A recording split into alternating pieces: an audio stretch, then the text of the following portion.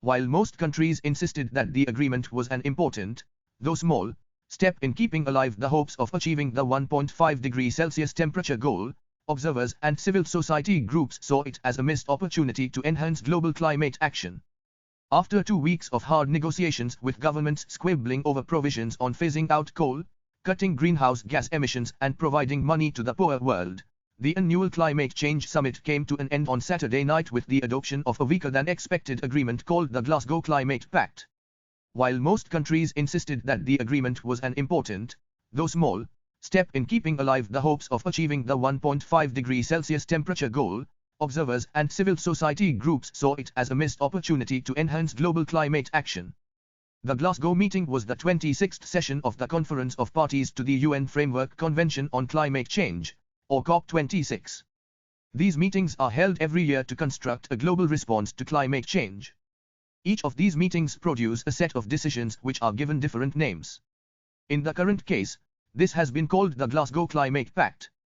Earlier, these meetings have also delivered 2 treaty-like international agreements, the Kyoto Protocol in 1997 and the Paris Agreement in 2015, which formed the global architecture for actions to be taken to tackle climate change. While the Kyoto Protocol expired last year, the Paris Agreement is now the active instrument to fight climate change. The main task for COP26 was to finalize the rules and procedures for implementation of the Paris Agreement.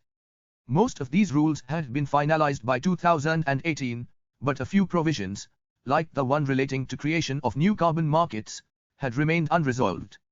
However, due to clear evidence of worsening of the climate crisis in the 6 years since the Paris Agreement was finalized, host country United Kingdom was keen to ensure that Glasgow, instead of becoming merely a procedural COP, was a turning point in enhancing climate actions. The effort was to push for an agreement that could put the world on a 1.5 degrees Celsius pathway, instead of the 2 degrees Celsius trajectory which is the main objective of the Paris Agreement. Hence, more than 100 heads of states and governments were invited to attend the meeting and lend their political weight behind the process. So many leaders have assembled on only 2 earlier occasions, at the climate meetings in Copenhagen in 2009 and Paris in 2015. On both those occasions, the COPs were aiming to deliver a major agreement. Copenhagen had failed in that, but Paris had succeeded. Glasgow did benefit from the presence as many of them also announced new and enhanced climate actions. However, the final agreement was a mixed bag, as most such pacts invariably are. What was achieved? Mitigation. The Glasgow Agreement has emphasized that stronger action in the current decade was most critical to achieving the 1.5 degree target. Accordingly, it has asked countries to strengthen their 2030 climate action plans, or NDCs, nationally determined contributions, by next year. Established a work program to urgently scale up mitigation ambition and implementation. Decided to convene an annual meeting of ministers to raise ambition of 2030 climate actions. Called for an annual synthesis report on what countries were doing. Requested the UN Secretary General to convene a meeting of world leaders in 2023 to scale up ambition of climate action. Asked countries to make efforts to reduce usage of coal as a source of fuel, and abolish inefficient subsidies on fossil fuels. Has called for a phase-down of coal, and phase-out of fossil fuels. This is the first time that coal has been explicitly mentioned in any COP decision. It also led to big fracas at the end, with a group of countries led by India and China forcing an amendment to the word phase-out, in relation to coal changed to phase-down. The initial language on this provision was much more direct.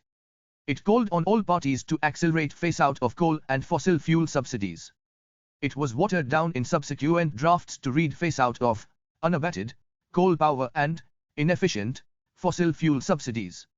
But even this was not liking to the developing countries who then got it changed to phase down unabated coal power and phase out inefficient fossil fuel subsidies while providing targeted support to the poorest and the most vulnerable in line with national circumstances.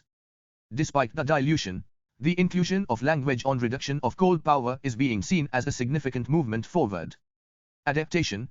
Most of the countries, especially the smaller and poorer ones, and the small island states, consider adaptation to be the most important component of climate action. These countries, due to their lower capacities, are already facing the worst impacts of climate change, and require immediate money, technology and capacity building for their adaptation activities.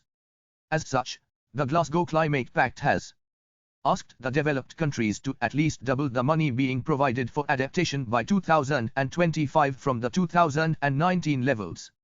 In 2019, about $15 billion was made available for adaptation, that was less than 20% of the total climate finance flows. Developing countries have been demanding that at least half of all climate finance should be directed towards adaptation efforts.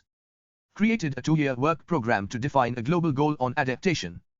The Paris Agreement has a global goal on mitigation, reduce greenhouse gas emissions deep enough to keep the temperature rise within 2 degrees Celsius of pre-industrial times.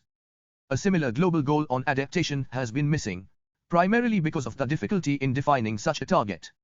Unlike mitigation efforts that bring global benefits, the benefits from adaptation are local or regional. There are no uniform global criteria against which adaptation targets can be set and measured. However, this has been a long-pending demand of developing countries, and the Paris Agreement also asks for defining such a goal. Finance. Every climate action has financial implications. It is now estimated that trillions of dollars are required every year to fund all the actions necessary to achieve the climate targets. But money has been in short supply. Developed countries are under an obligation, due to their historical responsibility in emitting greenhouse gases, to provide finance and technology to the developing nations to help them deal with climate change. In 2009, developed countries had promised to mobilize at least $100 billion every year from 2020. This promise was reaffirmed during the Paris Agreement, which also asked the developed countries to scale up this amount from 2025. The 2020 deadline has long passed, but the $100 billion promise has not been fulfilled. The developed nations have now said that they will arrange this amount by 2023.